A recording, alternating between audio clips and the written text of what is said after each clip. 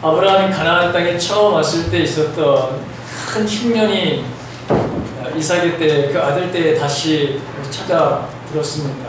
그러자 아브라함은 흉년이 들었을 때 이 애굽을 향해서 가죠. 이삭도 마찬가지로 애굽으로 여러분 가려고 했습니다. 그러자 하나님께서 이삭에게 나타나셔서 하나님께서 지시한 이 땅, 이 가나안 땅을 너는 떠나지 말고 여기서 유하라 이렇게 명령을 내렸습니다. 그래서 이삭은 가나안의 경계 지역인 그랄 땅에 머물러 지냈습니다. 이삭이 그 그랄 땅에 머물자 하나님께서 이삭에게 그의 아버지 아브라함에게 약속하신 모든 것들을 내가 주겠다. 다시 이 아들과 약속을 하시죠. 이 척박한 팔레스틴 지방에서 이 기근이라고 하는 것은 이건 흔한 일이었습니다. 여기서 아브라함이 경험한 첫 흉년은 BC 2090년경에 발생한 것인데, 그 이후로도 한 100년 후에 이삭에게 이러한 또 큰 대흉년이 바로 들었습니다. 이 대흉년은 하나님의 비상한 섭리에 의해서 야곱의 역사 속에서도 이 흉년이 이루어지는 것을 보게 됩니다. 그런데 이 흉년은 이스라엘 백성들은 하나님께서 이집트로 끌어들이시는 하나의 도구로 작용하고 있는 것을 우리는 야곱과 그의 가족을 통해서도 보게 됩니다. 팔레스타인에서 농사는 거의 비와 이슬에 의존하는 바, 이 흉년은 거주민에게 상당한 엄청난 어려움을 바로 줍니다. 생계에 막중한 손해를 바로 끼치게 되죠. 여러분, 우리도 마찬가지입니다. 우리도 지난 여름에 얼마나 큰 기근을 바로 당했는지요. 근데 조금 더 비가 오니까 이제 또 감당할 수 없는 이런 일들이 여러 벌어지는 것을 보게 됩니다.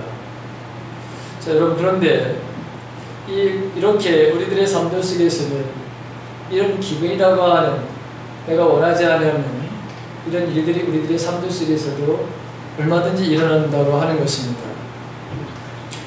자, 이 고난 앞에, 이런 어려움 앞에 우리가 어떻게 살아야 되는가? 진정한 믿음이라는 게 여러분 도대체 뭘까요? 여러분, 이 진정한 믿음이라는 것은 이 고난을 우리가 어떻게 받아들이냐에 달려 있습니다. 저와 여러분들은 환경을 따라서 살지 않기를 주님의 이름으로 간절히 바랍니다. 여러분, 우리의 삶들 속에 이 환경을 따라 살게 되면 언제나 우리는 도피하는 인생의 삶을 살게 됩니다. 하나님은 우리들에게 창조적이고 개척적이며 역사를 바로 새로 써가는, 새로 만들어가는 삶을 언제나 여러분 바라십니다. 수동적인 사람이 되지 않고 능동적인 사람으로 살기를 언제나 하나님은 바라십니다. 어떤 위기와 시련과 고난에 부딪힌다 할지라도 그것을 넉넉하게 이기게 하시는 하나님이 우리와 함께 하신다고 하는 이 믿음을 가지면 분명히 여러분, 이 고난이 분명히 여러분들에게 좋아하는 이게 복으로 돌아오는 줄로 믿습니다. 이삭은 흉년이 들었을 때 아마 굉장한 고민을 했을 것입니다. 이삭은 하나님이 주셨던 약속의 땅을 버릴 것인가, 아니면 기근을 만나서 그리고 여기서 내가 이 어려움들을 내가 당해야 되는가라고 하는 그런 생각을 분명히 여러분 했습니다. 그는 아버지로부터 받은 많은 재산을 가장으로서 지켜야 된다고 하는 그런 책임감도 있었을 것입니다. 흉년 때 그 자리에 계속 있게 된다면 아버지께서 물려준 그 재산도 다 없어지게 되는, 잃어버릴 수 있는 그런 상황이기도 했습니다. 그러나 신앙적으로 보면 아무리 기근이 있고 재산을 잃어버린다 하더라도 그 땅에서 도피해서는 안 된다고 하는 것을 다시 한번 이 하나님이 나타나셔서 이삭에게 말씀하시는 것 통해서 이 이삭이 바로 깨닫게 됩니다.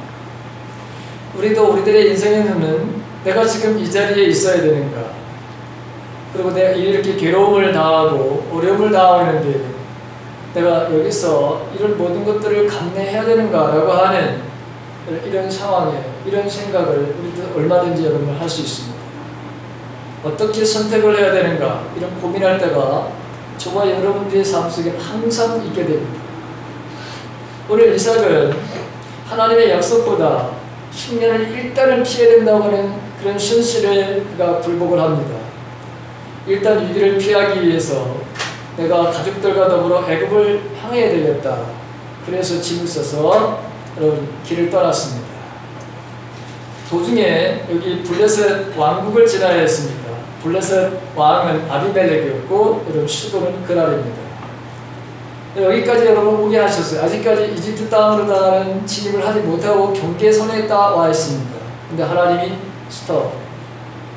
내가 여기까지는 너를 허용하는데 여기 이상을 지나가면 안 된다는 것입니다. 그럼 2절에 있는 말씀을 다시 한번 우리가 같이 읽습니다. 다 같이 2절 오늘 본문의 2절을 읽습니다. 시작. 여호와께서 이스라엘에게 나타나 이르시되 애굽으로 내려가지 말고 내가 내게 지시하는 땅에 들어가라. 하나님의 뜻과 이삭의 생각은 달랐습니다. 하나님은 이삭에게 애굽으로 가지 말라고 그건 내 뜻이 아니라고 분명하게 말씀하고 계십니다. 여러분, 저와 여러분들 속에서도 인간적인 조건을 선택할 것인가 또 하나님의 약속의 언약을 따르는 삶을 살아야 되는가 우리들도 늘 이런 갈등이 이런 결단을 해야 되는 상황에 놓여져 있다고 서두에도 말씀드렸습니다. 자, 기근이 흉년이 있긴 하지만 하나님은 하나님이 주신 땅에서 견디라고 하는 것입니다. 여기에 머물리라고 하는 것입니다. 자, 여기에 머물리게 되면 내가 너에게 이런 약속을 하시겠다 그렇게 말씀하시죠. 그게 3절과 4절입니다. 다시 한번 3절과 4절을 읽습니다. 다 같이 시작. 내 땅에 거류하면 내가 너와 함께 있어 내게 복을 주고 내가 이 모든 땅을 너와 내 자손에게 주리라. 내가 네 아버지 아브라함에게 맹세한 것을 이루어 내 자손을 하늘의 별과 같이 번성하게 하며 이 모든 땅을 내 자손에게 주리니 내 자손으로 말미암아 천하 만민이 복을 받으리라. 하나님은 네 가지의 바로 약속을 언약을 바로 이 아들과 합니다. 첫 번째는 기근이 있지만 참고 견디면 나는 너와 항상 함께 있을 것이다. 항상 여기 3절에 보게 되면 내가 너와 함께 있어 내게 복을 주고 내가 너를 떠나지 않을 거라고 하는 하나님입니다. 여러분, 우리가 정말 기도해야 될 것들 중에 가장 먼저 우리가 기도할 것이 뭐냐? 무엇을 달라고 하는 것, 무엇을 소유하고 싶은 것보다도 정말 우리가 기도해야 될 기도의 제목은 하나님이 나와 함께 하심에 대한 인재입니다. 여러분, 어떤 물질을 소유하는 것보다 내가 너와 함께 있다라고 하는 이런 말씀을 만약에 듣는다면 얼마나 여러분 우리에게 힘이 될까요? 얼마나 우리에게 용기가 될까요? 하나님은 수많은 사람들에게 이렇게 약속을 하지 않았습니다. 여러분, 하나님의 약속의 말씀을 따르고 그 말씀을 지키는 자들에게 나타나셔서 이렇게 확실하게 분명하게 여러분 말씀하시는데 오늘날도 마찬가지입니다. 저와 여러분들에게도 이 시대적인 우리의 삶 속에서 기근이 있어요. 어려움이 있습니다. 고난이 있습니다. 그런데 그 고난 가운데서도 하나님을 바라보며 믿음의 바라보는 삶을 살아가는 사람들에게는 항상 하나님이 이 이삭이 하셨던 이 말씀으로 우리를 바로 다시 만나러 오십니다. 너와 항상 있겠다. 여러분, 너를 떠나지 않겠다. 하나님이 여러분 계신데 우리가 무엇을 더 원하겠습니까? 저와 여러분들이 원하는 것들이 다 그분이 가지고 계신데 하나님 내가 너와 함께 하겠다고 하는 이 말씀을 우리가 듣는다면 여러분 어떤 어려움도 우리는 극복할 수 있습니다. 어떤 어려움들을 우리는 다 해결할 수 있습니다. 하나님이 여러분 약속을 하시죠. 나는 너와 항상 함께 있겠다. 내가 어디를 가든지 나는 너의 하나님이 되겠다. 성경에 보게 되면 이런 약속의 말씀이 얼마나 많은지 모릅니다. 예수님도 제자들에게 이런 약속의 말씀을 하셨습니다. 내가 세상 끝날까지 너희와 항상 함께 있을 것이다. 이렇게 말했습니다. 또 두렵고 떠는 제자들을 향해서도 담대하라 내가 세상을 이겨노라 이렇게 말씀하셨습니다. 오늘 이 이삭에게 나타나셔서 이 약속을 하시는 하나님, 이 하나님은 오늘도 살아계신 하나님이십니다. 오늘도 여전히 저와 여러분들에게 약속을 하신 하나님이십니다. 내가 너와 함께 있을 거야. 내가 너를 도와줄 거야. 라고 여러분, 우리의 인생의 가장 힘든 순간에 상황에도 하나님은 언제나 바로 이렇게 우리를 바로 여러분 도와주신다고 하는 것이죠. 두 번째 약속하신 게 뭡니까? 약속의 땅을 너와 네 자손에게 주겠다. 지금 살아가는 것이 이게 지금 거류민입니다. 나그네입니다. 아직까지 여러분 그죠? 지금 그랄 지역에 바로까지 왔어요.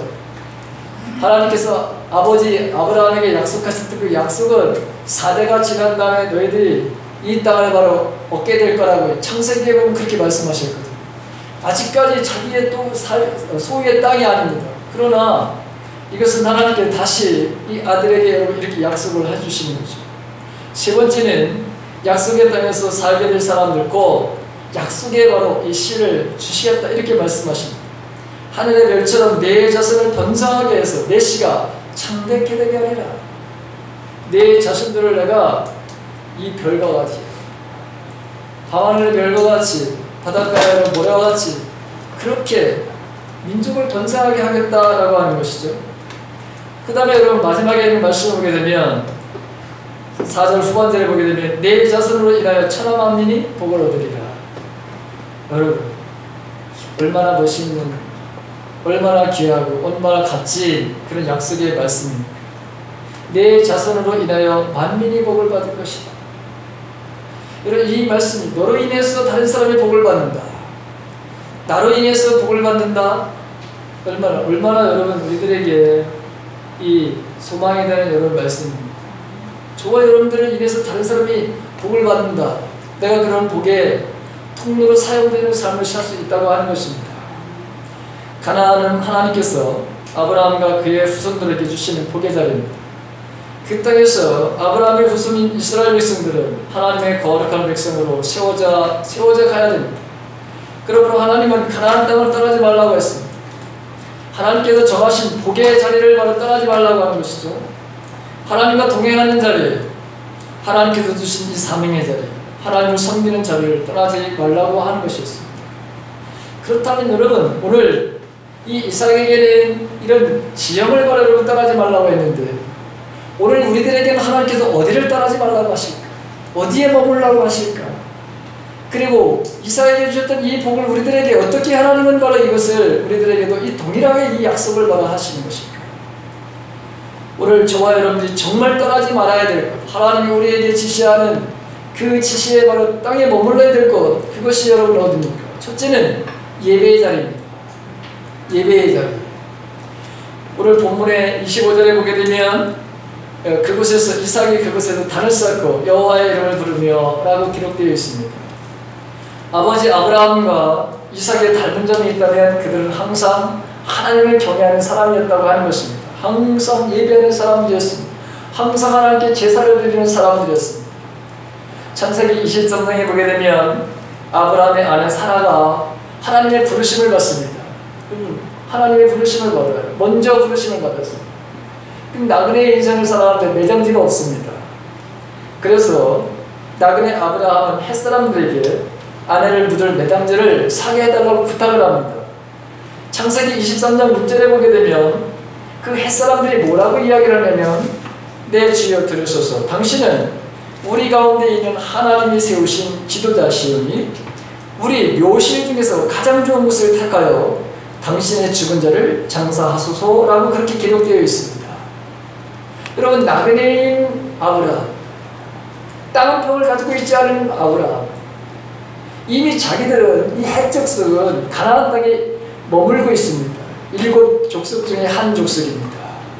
그런데 이 사람들이 매장할 땅을 바로 달라고 하니까, 그걸 사게 해달라고 하니까 이 사람들이 아브라함을 향해서 하는 얘기가 여러분 뭐죠?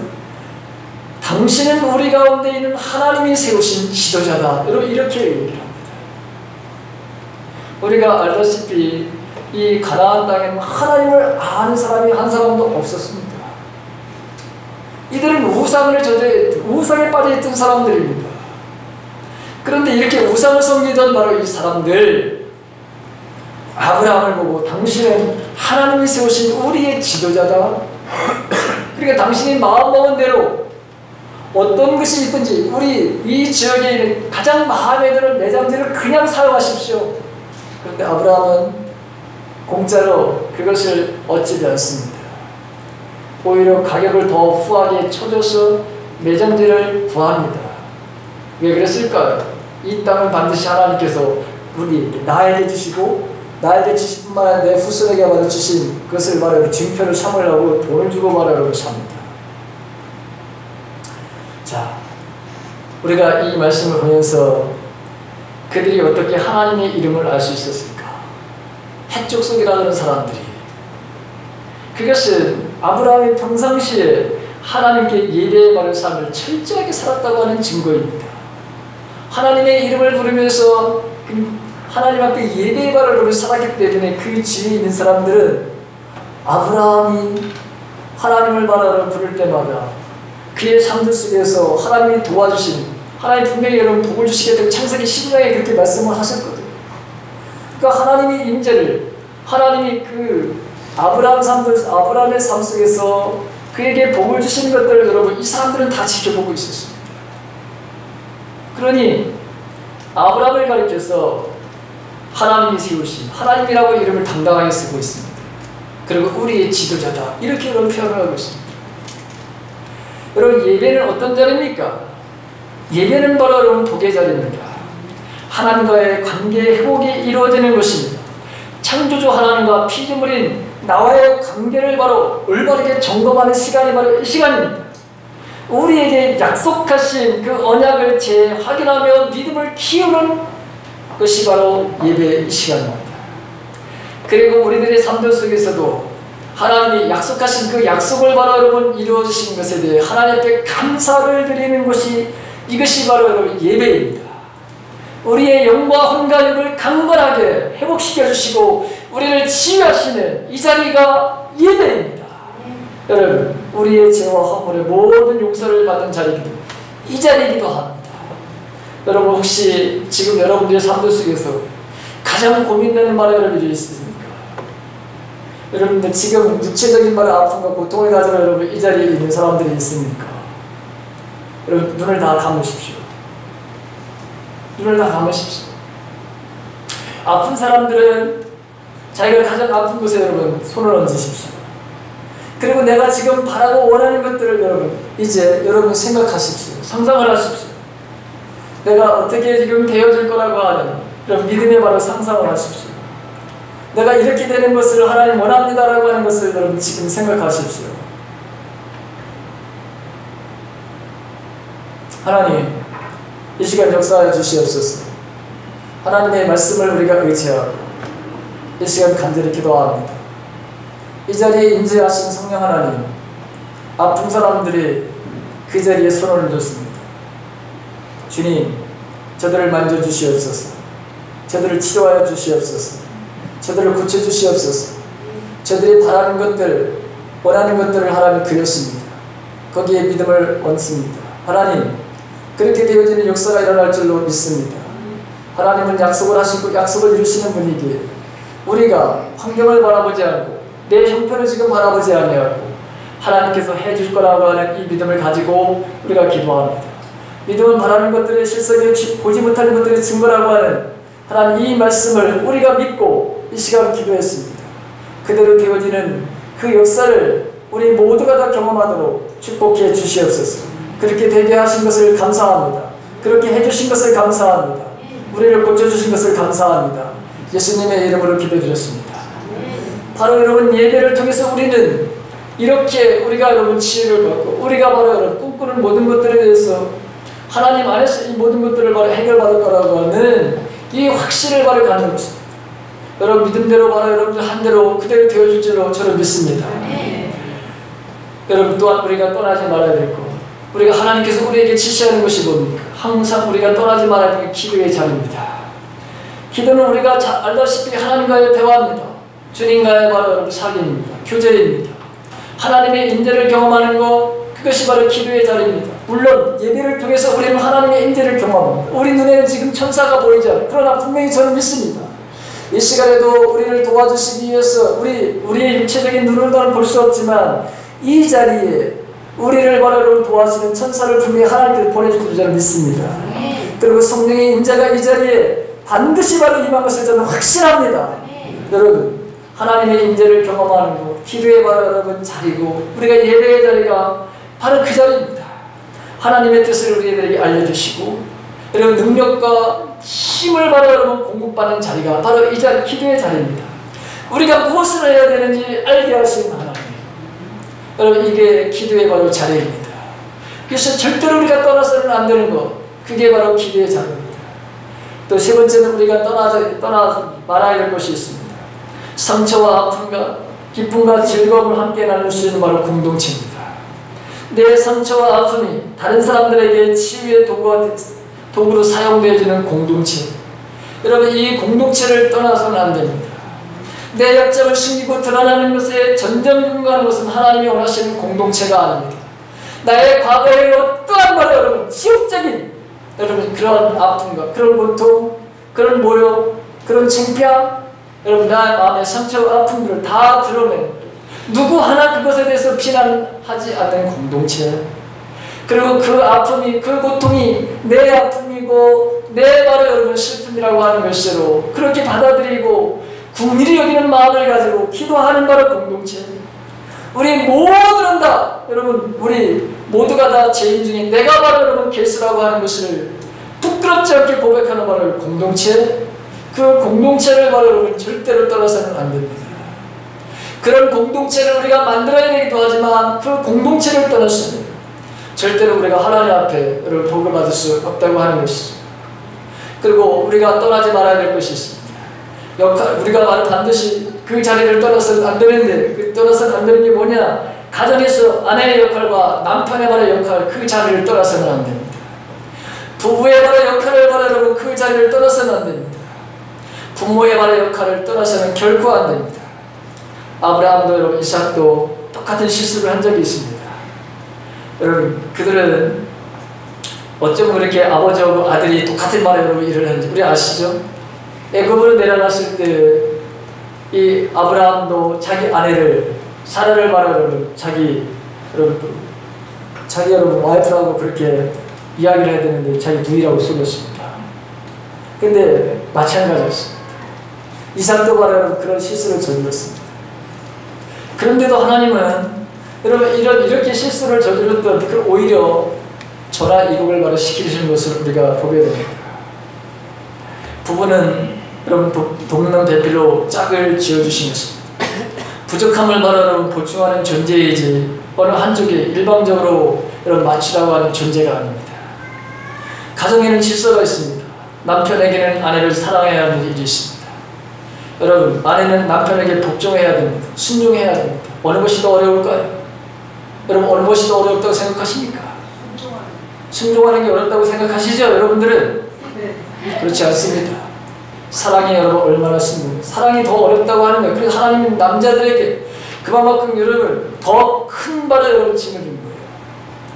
사랑이라고 하는 것은 여러분 우리가 고린도 13장을 보십시오. 그게 바로 여러분 사랑입니다. 여자들이 바로 순종하고 복종하는 것이 힘들다고 하지만 그렇지 않습니다. 사랑이 훨씬 더 힘들고 훨씬 더 어려운 겁니다. 그래서 남자들에게 여러분 아내를 사랑하라고 그렇게 하십니다.